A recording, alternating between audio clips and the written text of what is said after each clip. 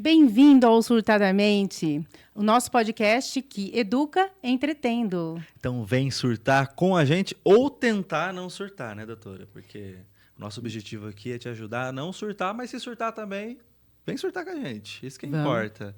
Vamos ver o que acontece. E a gente está muito feliz porque é o nosso segundo episódio. Você que está aí na tua casa, no teu carro, não importa onde você está, no trabalho, dirigindo, sabe? Às vezes tá ali pegando a rodovia, Sei. ou tá indo pro trabalho, ou às vezes tá até no trono de casa, não tem problema. A cara da Flávia olhando para mim, Paulo. Não exagera, Paulo, não exagera. Mas tem gente que faz, Tá. que escuta podcast em qualquer lugar, e a gente está aqui para ir com você aonde você estiver. Isso que é importante. E a gente vai aproveitar que ainda é janeiro, né, para falar sobre o Janeiro Branco, que é o mês da conscientização em saúde mental. A gente está aqui para te ajudar nisso. No quê? Ter consciência na saúde mental. A gente vai conseguir, eu não sei, mas a gente vai tentar.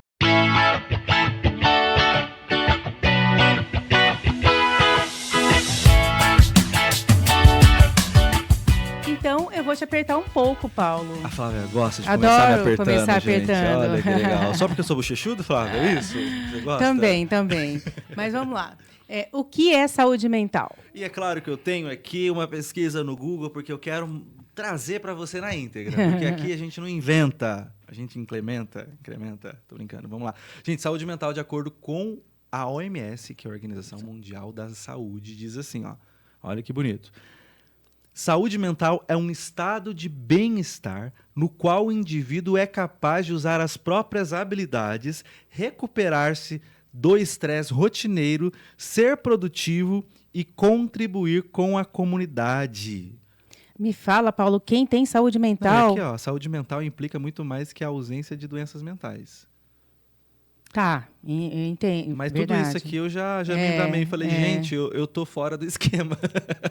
Eu acho que eu vou ter que me aposentar. Repete, bem-estar. Bem-estar no qual o indivíduo é capaz de usar suas próprias habilidades, recuperar-se do estresse rotineiro. Aí já acabou, recuperar-se do estresse Bem-estar rotineiro. tem que ter habilidade. Ser produtivo. Tem que saber gerenciar o estresse do dia a dia, ser produtivo. Contribuir com a sua comunidade. E também contribuir com a sociedade. Eu fiquei ansioso só de ler isso. O Brasil é o campeão em transtorno de ansiedade do mundo. Nunca reparei.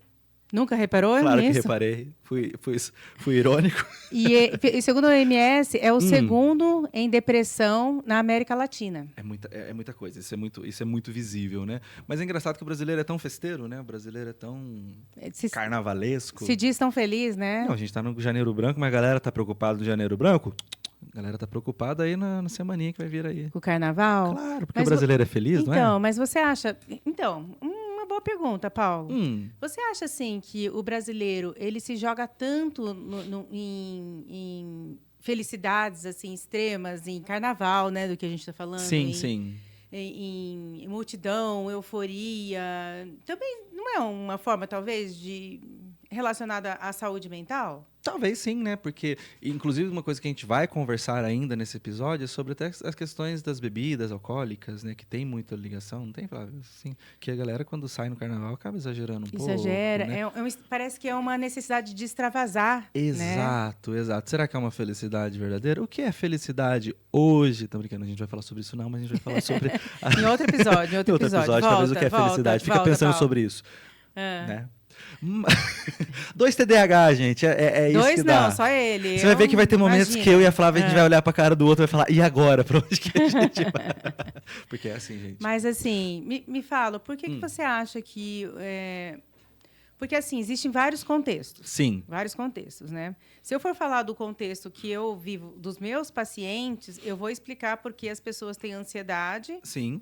Mas, assim, a gente sabe que a realidade do Brasil tem muitos contextos. Sim, claro. Né? Então, assim, vou falar o que eu mais vejo no meu consultório em relação a quadros de ansiedade, primeiro. Sim. Os motivos, assim, por que o brasileiro talvez seja tão ansioso? Tá. Porque você atende brasileiro, certo? Então, sim.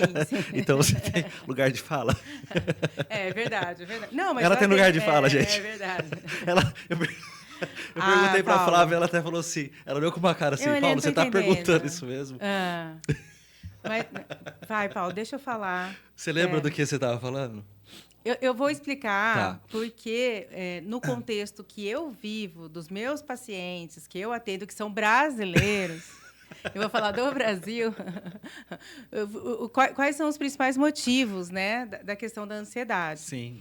Eu percebo que está muito relacionado ao trabalho. Sim, sem dúvida. E, assim, tanto por o sistema, né, o sistema corporativo, que também acaba exigindo demais do funcionário, mas também da própria pessoa, né, principalmente a própria pessoa, que também a gente acho que cresce num... sistema? No sistema, Mas a gente cresce assim, se autoexigindo, se cobrando demais. Sim. Né? E o perfil da pessoa, por exemplo, que entra num burnout ou num transtorno de ansiedade, burnout é a síndrome de esgotamento mental relacionado ao trabalho, né? Sim. É um perfil de pessoas, né, que se autoexigem, são perfeccionistas, são competitivas, não conseguem colocar um limite, né? Estão sempre querendo agradar. Parece que quando eles param, estão perdendo tempo, né? Parece que eles têm até aquele sentimento, estou fazendo errado se eu parar de trabalhar. Isso. Nós somos uma geração, acho que você também é da minha geração, do time is money, né? Que a gente foi muito influenciado pela cultura americana. O sonho americano, né? sim. Então, assim, trabalhar muito. Então, vestir a camisa. Então, assim, esse é um dos perfis que eu acho que vem muito no meu consultório, relacionado à ansiedade. Sim. Né?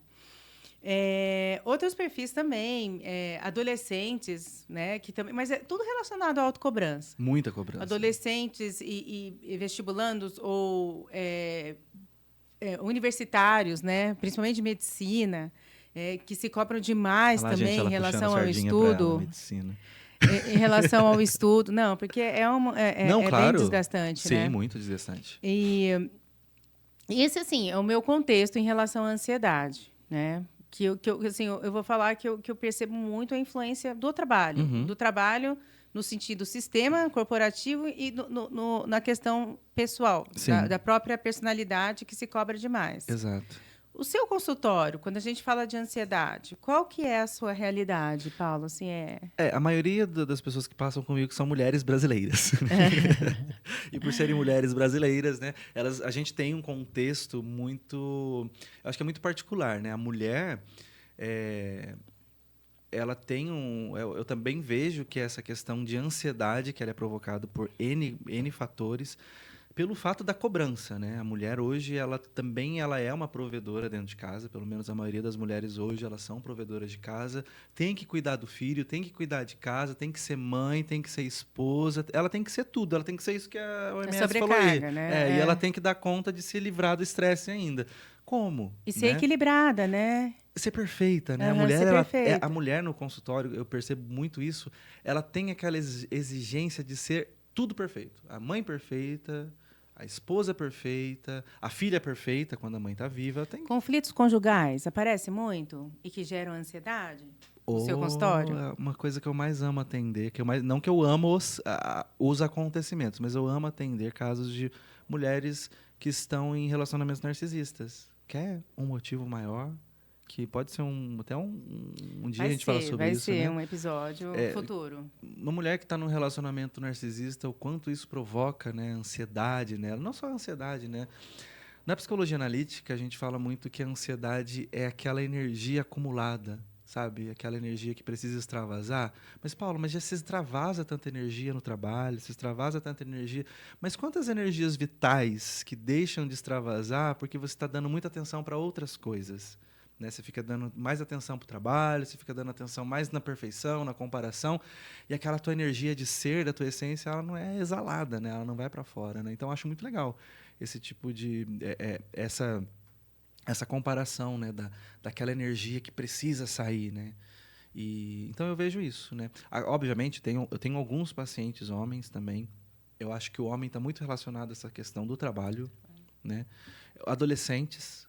Né, eu vejo essa cobrança do vestibular, por exemplo, até porque assim, a maioria dos países desenvolvidos, geralmente o universitário ele entra na faculdade, ele passa ali ele vai descobrindo, né? Ele entra, se eu não me engano é isso, ele entra numa área humanas, exatas, ele vai descobrindo aonde que ele quer ir. Aqui no Brasil não. Aqui no Brasil o jovem tem que decidir qual curso que ele vai entrar Muito cedo. Muito cedo, no vestibular. Então, ele tem que decidir ali a carreira, a vida dele antes. Daí ele vai descobrir realmente o que é ali.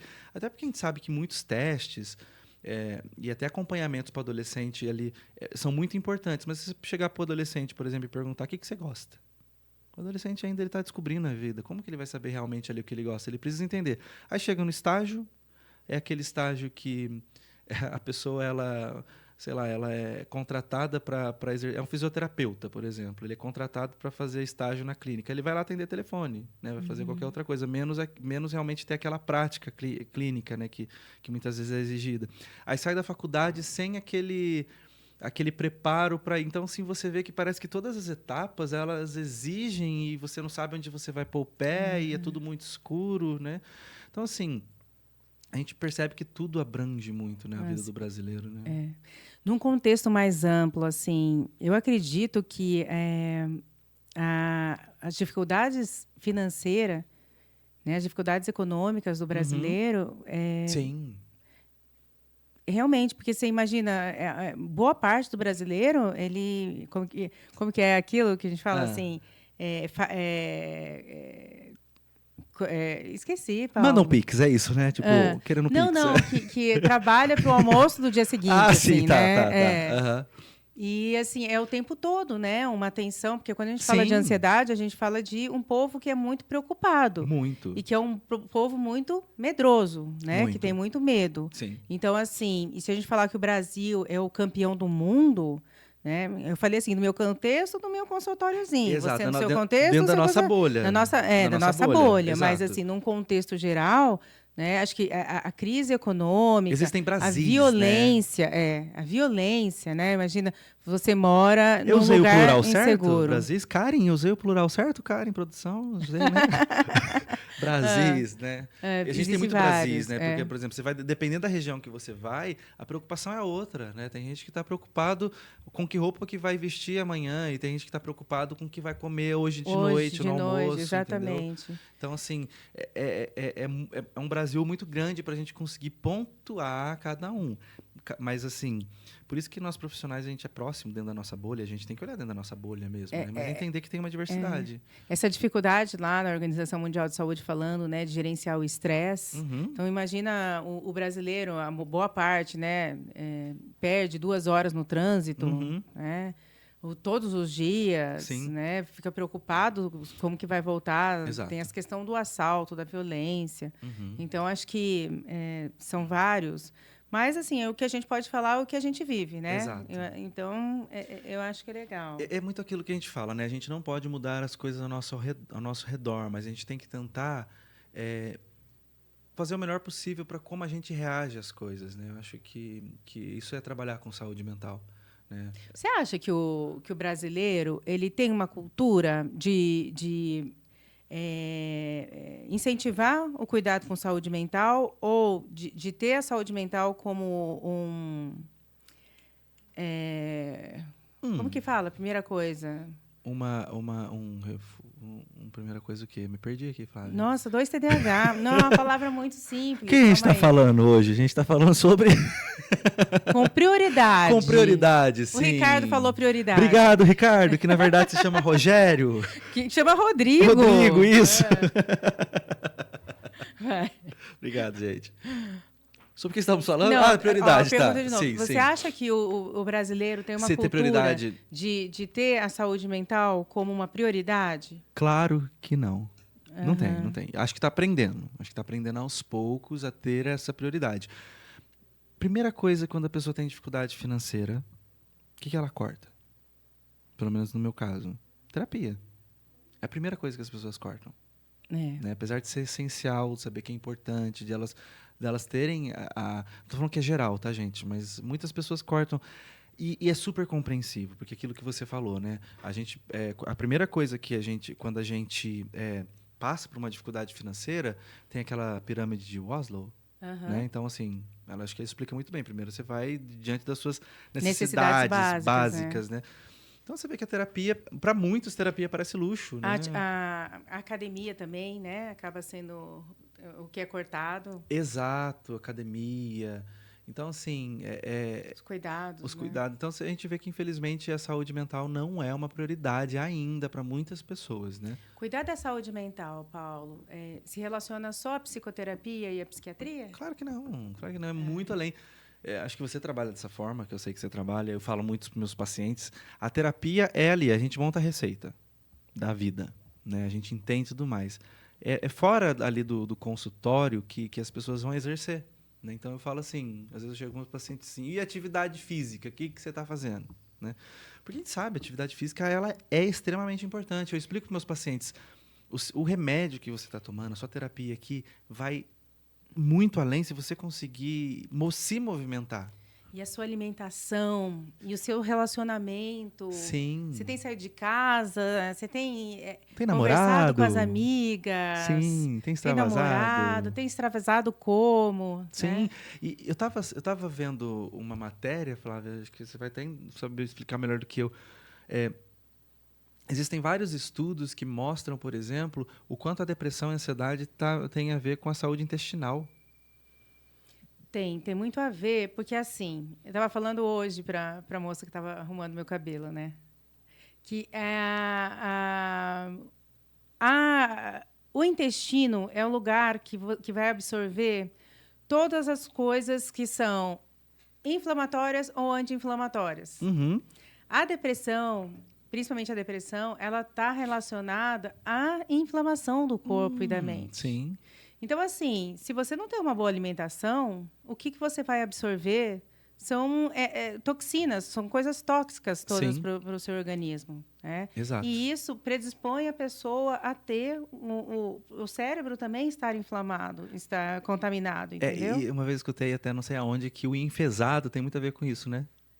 Provavelmente, Ou né? seja, dê carinho, não, pode falar, né? Mas tome cuidado com o que você come. O teu cocô fala muito sobre você. Sim, né? sim. O teu cocô, os teus gases.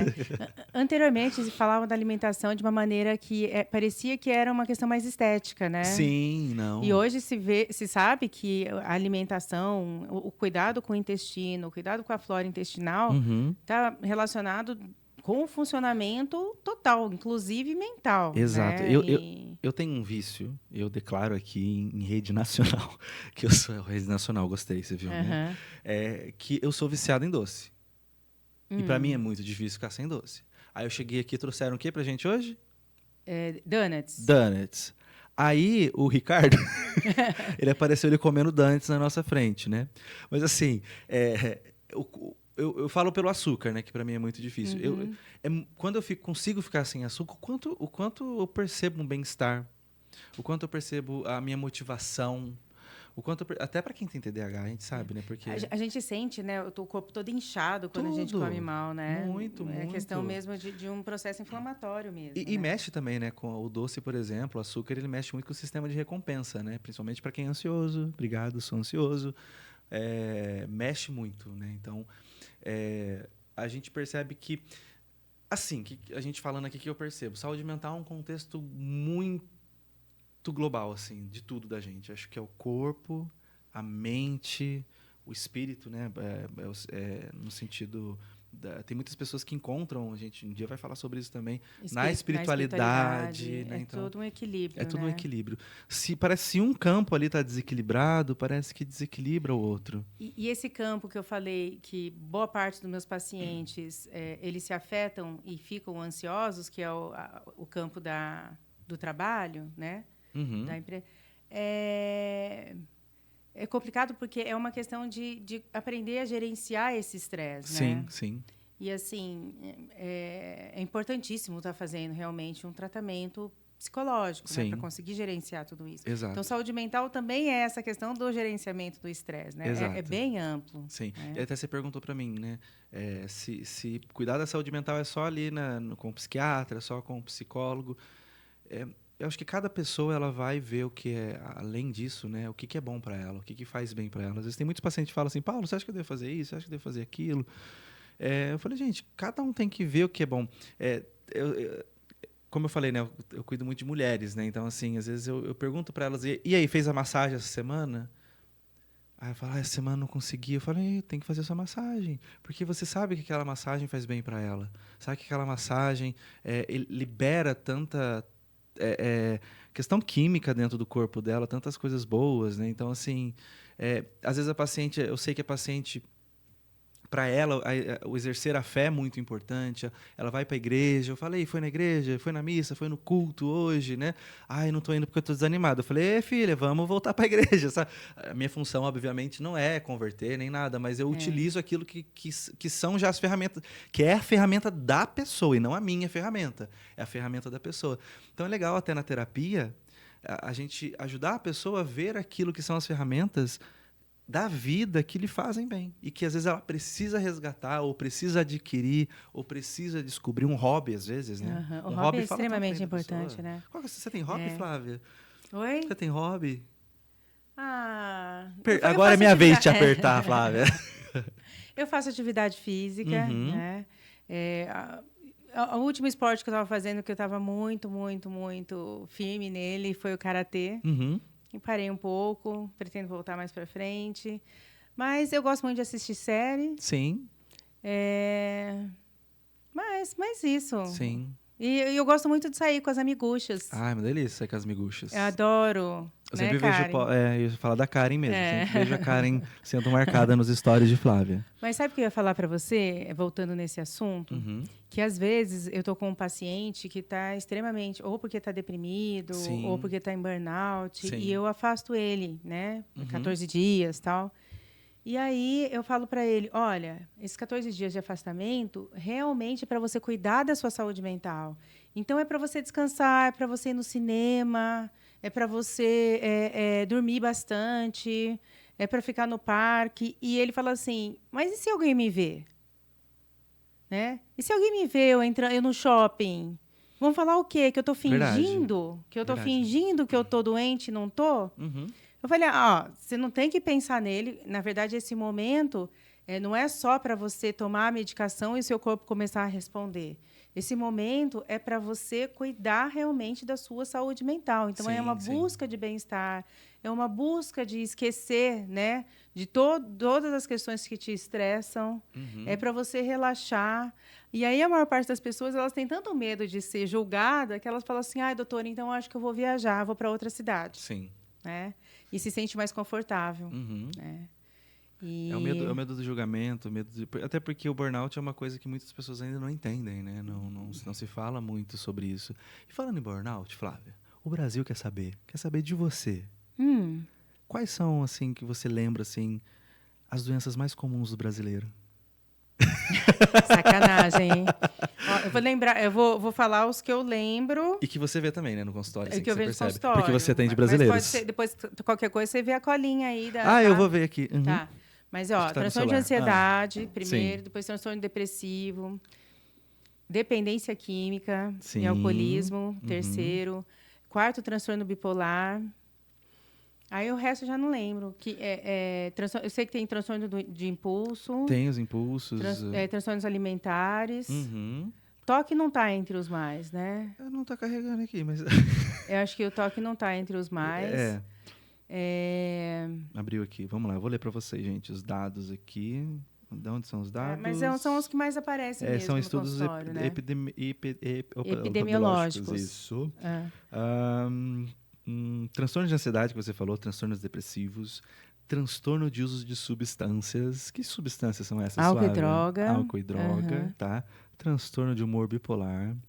A galera pensa que bipolar é tipo assim, né? A pessoa que muda de humor de um dia pro outro, assim, né? Assim, hoje eu tô bem... Não, vai ter um episódio que a gente vai falar muito sobre bipolar, porque é o que eu mais gosto, tá? Você gosta de... Eu adoro. Sério? Transtornos alimentares.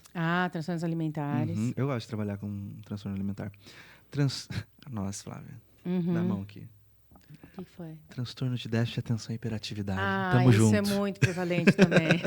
O famoso TDAH. Você que é. Você não é? É verdade. Não sou. Mas uma coisa que é muito engraçada, né? As pessoas tentam se diagnosticar com vídeos do Instagram, de TikTok.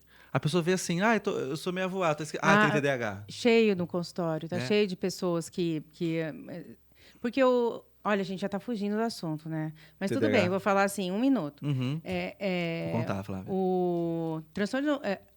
A desatenção, a função do cérebro desatenção, ela está presente em vários transtornos. Sim. Então, está no transtorno de ansiedade, está no transtorno depressivo, se a pessoa usa álcool e droga. Então, assim, está em vários. Então, assim, quando as pessoas falam, porque eu perco a atenção, quando eu estou falando comigo, eu já procrastino. Quando começa a falar alguns itens, as pessoas já acham que tem TDAH. Não, TDAH é um diagnóstico que deve ser feito, avaliado desde a infância, está relacionado a todas as circunstâncias da vida e precisa ter uma boa avaliação. Então, porque desatento, um pouco, todo mundo mas não quer dizer que tem TDAH. Mas entendeu? tem umas pessoas que têm um plus.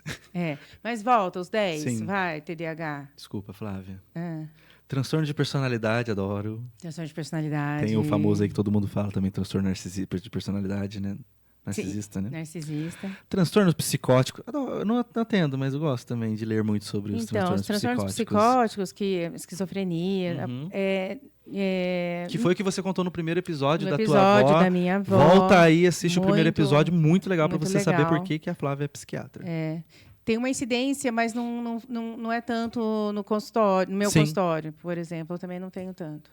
Geralmente é difícil, né, realmente, pro consultório, né?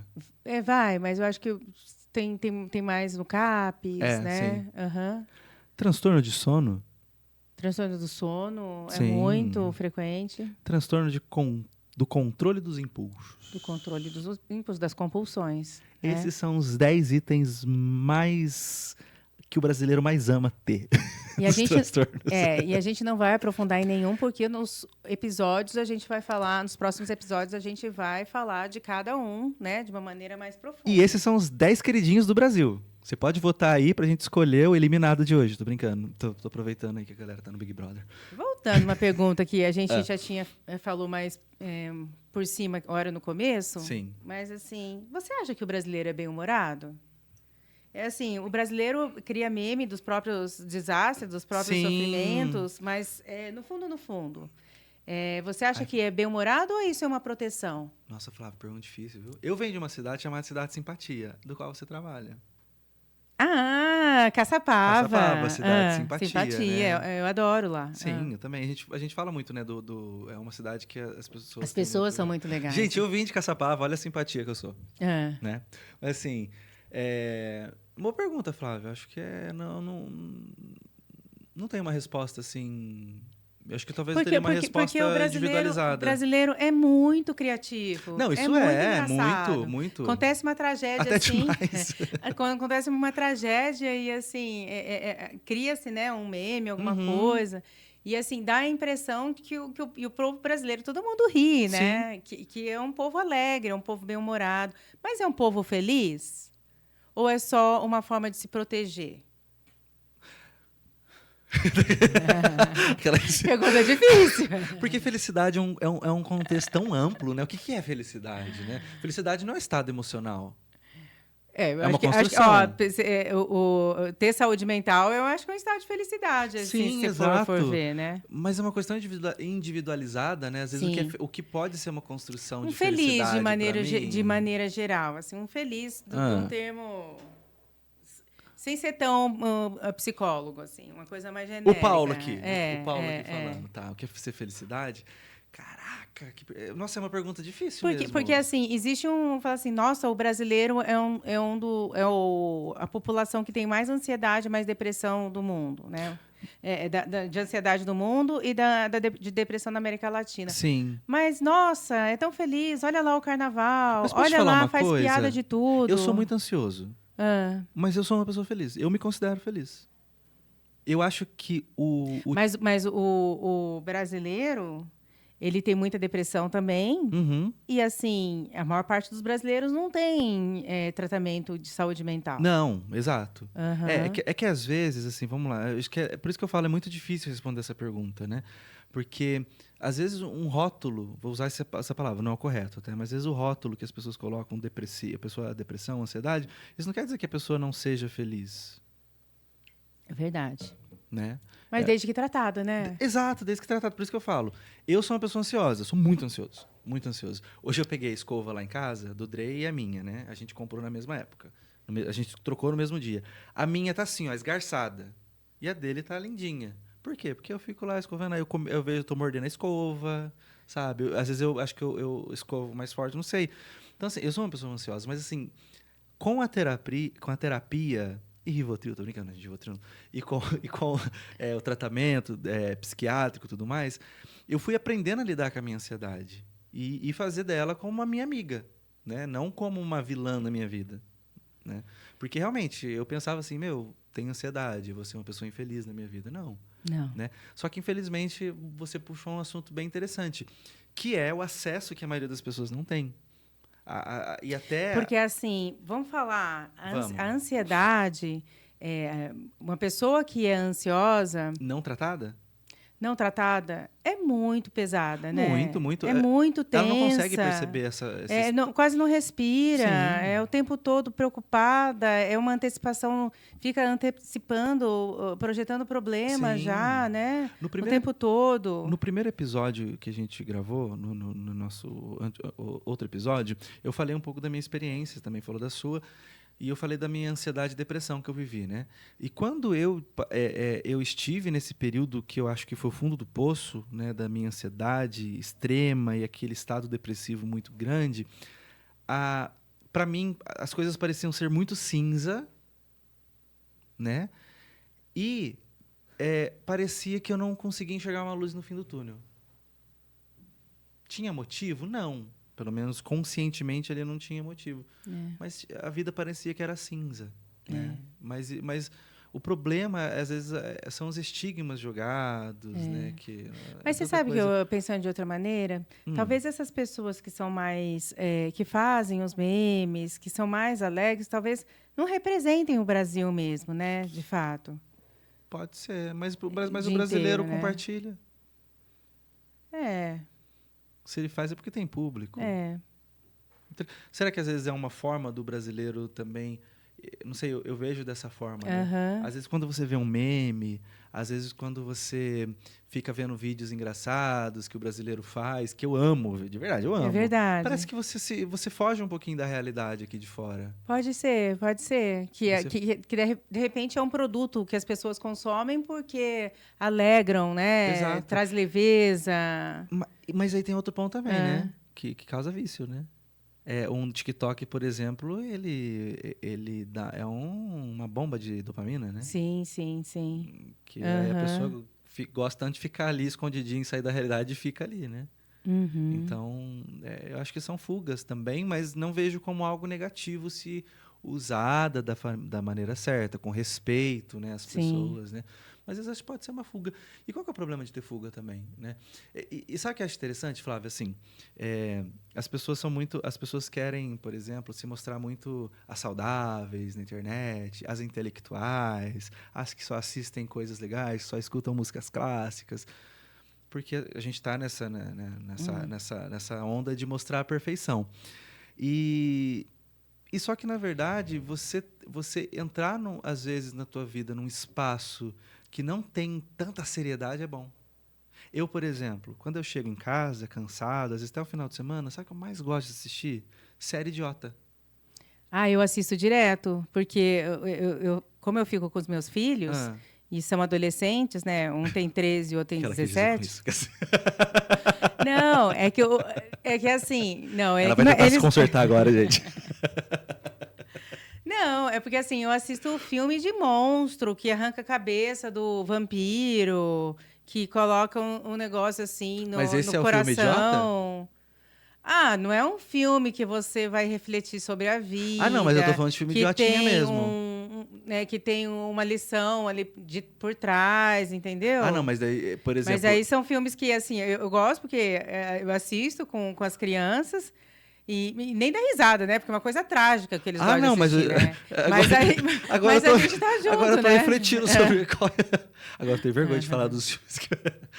Filmes não sérios. Sabe The Office, por exemplo? Já assistiu The Office? Já. Então, esses Eu já idiotas assisti. que eu gosto. Sim. Eu gosto dessa série. Tem uma série Netflix, Unbreakable, com o Kim Smith. Eu adoro assistir essa série, porque é uma série muito... Gente, é muito boba, assim. Sabe aquela série sem pé, sem cabeça? E que você não precisa pensar em nada, não, né? Você dá assim, risada, você fala, foge, sabe, assim, Não que arranca o pescoço. Gente, essa... Flávia, a gente precisa conversar. Vou falar com o seu terapeuta, tô brincando.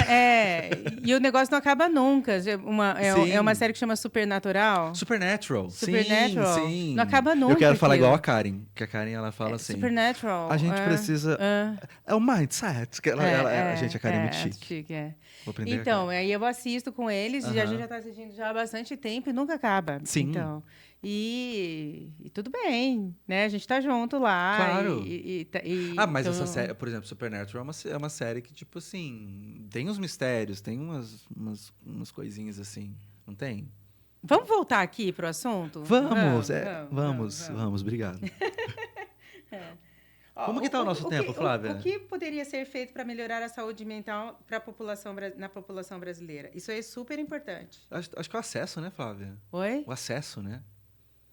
O acesso é muito difícil. O acesso é muito difícil. Uma vez eu fiz um atendimento. Antes eu fazia muito isso, né? Hoje a minha parte social eu trabalho em outra coisa. Antes eu trabalhava dentro do consultório. Mas uma vez eu atendi uma mulher de graça, tudo mais, e eu tive que ajudá-la. Ela estava num caso de suicídio, né? E eu precisei ajudá-la ela não tinha condições de pagar um psiquiatra. Aí eu orientei ela a procurar um CAPS, ela procurou o CAPS e ela conseguiu uma consulta daqui 4 meses. O acesso é muito restrito, né? Para uma pessoa numa situação dessa, que é grave, que é muito grave, né? Então, assim... E a gente está falando de questão emergencial, né? Porque daí, quando a gente fala de saúde mental, eu acho que o emergencial tem que ser realmente emergencial, porque a gente tem que ter o preventivo que começa lá desde a educação básica, né?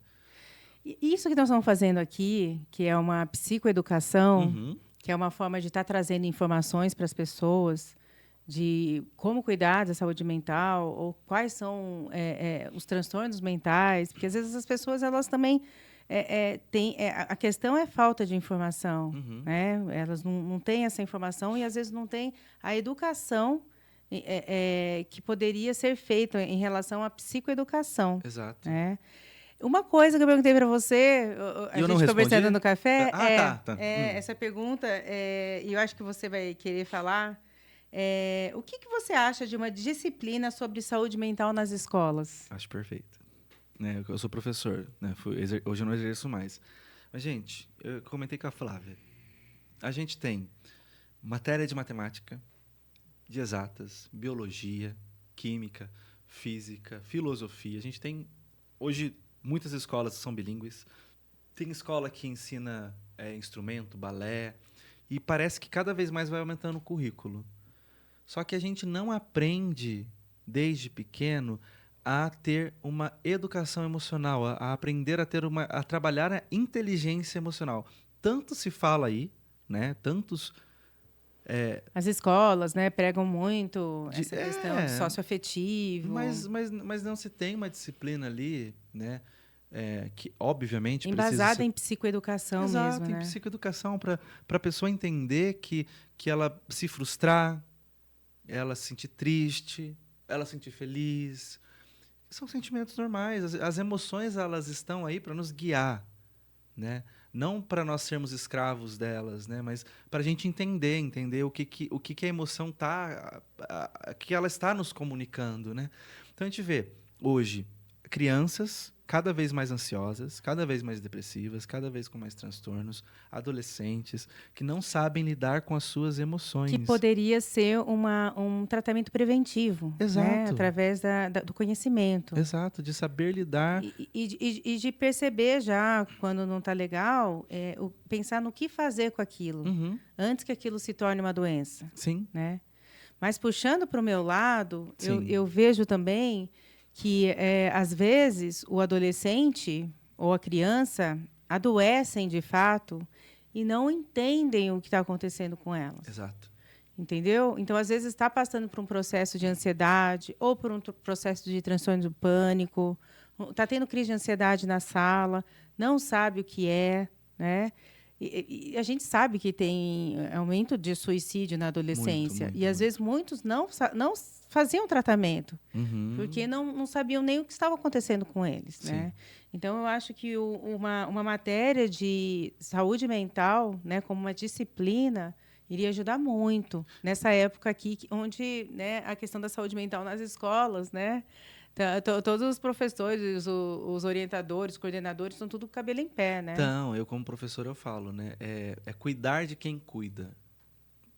Cuidar de quem cuida, quando a gente fala dos professores, por exemplo, cuidar de quem cuida é base, né? Porque cuidar de quem cuida são as pessoas esquecidas. É cuidar de quem é esquecido, né? Quando se fala de psicologia escolar, por exemplo, eu tenho uma especialização. Eu não exerço, mas eu tenho uma especialização em psicologia escolar. Que legal. É incrível. É maravilhoso, só que não se é aplicado. Não se é aplicado, né? As pessoas pensam que o psicólogo na escola é aquele psicólogo que vai atender criança por criança. Não. Né? Ele tem um olhar institucional, ele tem um olhar ali para todos, né? De forma geral. Só que, assim, um professor bem orientado, um professor que é amparado, ele é um professor diferente. Você tem muita cobrança no professor. Muita. Você tem muita, assim... O professor tem que ser... Eu vou falar de uma forma bem leiga, tá, gente? O professor tem que ser psicólogo, o professor tem que exercer o papel de muitos pais, o professor tem que ser orientador. Assistente social. Assistente social. O professor tem que ser tudo. Só que ele é o esquecido. Então tem que cuidar de quem cuida. Eu tenho muitos pacientes, né, adoecidos, Sim. deprimidos, de professores, principalmente no final da carreira. Na fase assim que está próximo a aposentar, que eu acho que ele vai entregando os pontos, assim, né? Já cheguei no meu limite, não estou aguentando mais, né? Infelizmente, não é uma cultura. Não sei se existe algum país que trabalha essa cultura de educação, de valorizar também, as emoções. né? Até porque emoção, a gente vive num mundo muito acadêmico, muito cartesiano. É cartesiano, né? No sentido racional das coisas. Onde as emoções elas sempre foram colocadas como uma subdivisão do ser humano. É algo lá, sabe, que não deve ser muito explorado. O homem, por exemplo, homem não chora. Sim. Né? Homem não pode expressar emoção. Então, homem não pode fazer psicoterapia. Homem não pode fazer psicoterapia, né? E contanto que o homem na psicoterapia para você entrar ali no assunto, para você desbravar com ele, dependendo é muito difícil. Né? O homem ele vai para psicoterapia quando ele já está mutilado. A mulher ela vai quando ela percebe, né, que algo não está indo bem. O homem não, o homem vai quando tá mutilado. Então a gente vê que a gente vive uma sociedade que não aprende, né? As emoções elas não são para ser exploradas, as emoções são perigosas, né? Eu falo o que a sociedade prega em si de uma forma muito geral. Né? Então, ela a gente não precisa ter medo de explorar as nossas emoções. Elas são boas. Até aquelas que a gente acha que não são, elas são. Sim. Flávia, agora eu tenho uma pergunta para você. Não acredito. Em cima de tudo isso, você acha que é possível prevenir todos esses problemas, essas doenças, esses transtornos mentais? Eu acredito que, se a gente for falar, que a gente estava falando do Brasil, né, não é só uma questão da pessoa querer, né, cuidar porque existem muitos fatores externos que não dão condições para a pessoa ter uma boa saúde mental mesmo, né? Passar fome não é difícil. Mas, assim, se você... igual, por exemplo, minha família, todo mundo, a gente sabe que tem predisposição genética para transtorno mental. Então, assim, desde sempre a gente prioriza isso na nossa vida. Tanto em buscar conhecimento, quanto em também se prevenir. Fazer psicoterapia, fazer um esporte, tentar, ao máximo possível, estar vivendo uma vida saudável em relação à família, aos amigos, aos entretenimentos. Sim. Então, assim, tentar gerenciar o máximo possível cada fase, né? Por exemplo, meu filho agora está na fase de vestibular, né? Fase difícil. Daqui a pouco... A gente está nessa fase aqui, né, Paulo? Sim. Que sempre vai ter as adversidades. Novas. Então, com a ajuda da psicoterapia, mas é possível prevenir? Eu acho que eu iria falar para você que eu seria um pouco ingênua de falar que dá para prevenir 100%, porque a questão genética ela existe. Sim. Mas dá para a gente amenizar, pelo menos. Mas a questão genética é um martelo, assim, definitivo? Para algumas pessoas, sim. Sim. Tem pessoas que fazem tratamento e que realmente não tem um estresse, um problema na vida, ou emocionalmente, né, o lado psicológico, a pessoa... Mas, assim, é uma questão mesmo... Uma ansiedade, por exemplo, ela pode ser crônica, não ter um motivo ali de verdade de alguma coisa que está acontecendo. A pessoa pode ter uma TAG, por exemplo. Tem pessoas que têm uma predisposição tão forte, que tem uma alteração, assim, em relação à ansiedade, que até chegar uma visita em casa é um motivo para ela ter crise de ansiedade, qualquer coisa, entendeu? Sim. Então, assim, tem como prevenir totalmente? Não. Eu acho que aí eu ia estar pegando e esquecendo da questão biológica. Sim. Mas eu acho que a gente tem como amenizar e, em muitos casos, tem como prevenir também. Sim. Né? Se não tem uma predisposição tão forte, né? Tem uma vida saudável, vai buscar, né, qualidade de vida, bem-estar, que talvez você consiga passar por essa vida sem tanto estresse. E até se você está passando por isso também, acho que é muito legal falar isso, né, Flávia? O CID, né, o diagnóstico, ele é muito importante, mas ele não pode ser uma prisão, um rótulo para a pessoa, né? Ela assim, O CID, na verdade, ele é importante mais para o médico se conduzir numa questão científica e de um melhor tratamento, né, de buscar o melhor protocolo de tratamento, buscar o que tem mais evidência científica, né, do que para o paciente, né? Não precisa... Na verdade, assim, para mim, Paulo, que sou minha cabeça é tão aberta em relação a isso, um transtorno mental nem é um problema. Sim. Eu falar assim, eu tenho depressão, para mim é a mesma coisa de falar que eu tenho hipertensão. Sim. Né? Mas tem pessoas que realmente se ofendem, né, de ter algum problema. Né? Não significa que isso que você tem é uma sentença de morte para você. Ao contrário, né? Ao contrário. É um caminho que você tem, onde você possa ter uma melhora daquilo, né, que você está sofrendo. Sim. É isso, Flávia. Foi tão bom o nosso papo de hoje. Eu gostei. Né? Passou rápido. Foi bom, foi produtivo. Foi muito bom você aí. A gente tem que falar das nossas redes sociais também. Flávia, fala seu @, aí, Flávia. @doutora Flávia Sano. Gente, os materiais, os conteúdos da Flávia são muito bons. O meu é @psipaulo_siqueira. Você vai abrir lá, você vai falar, não, esse cara não é psicólogo. Não, sou eu mesmo, tá bom? E eu também quero agradecer. Quem a gente vai agradecer, Flávia? Que eu esqueci aqui o nome. É do Personal Case. Desculpa, gente, que eu sou assim mesmo, esqueci os nomes, tá? Olha que lindo isso aqui do Personal Case. Acho que mostra aqui nessa câmera principal, que acho que vai... A gente tem todo o microfone aqui. Olha que legal isso aqui para celular, gente. Deixa eu mostrar. Eu vou mostrar nessa câmera aqui da Flávia. Ó. Tá pegando, Ricardo? Tá, ó.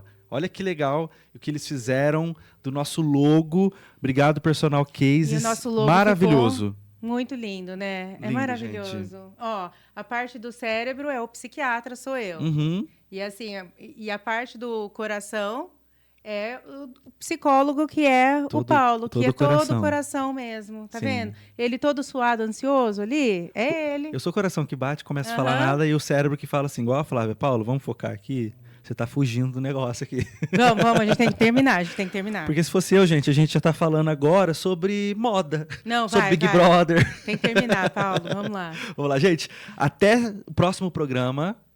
Se inscreva aí no nosso... Aqui aonde você está vendo a gente, se é no YouTube, se é em algum streaming, no Spotify, não sei. Se inscreve, aperta o sininho, se tiver sininho. Sempre quis falar isso, Flávia. Oi? Aperta o sininho. Aperta o sininho. E a gente se vê na próxima, hein? Semana que vem. Um abraço. Abraço, gente. Tchau. Tchau, tchau.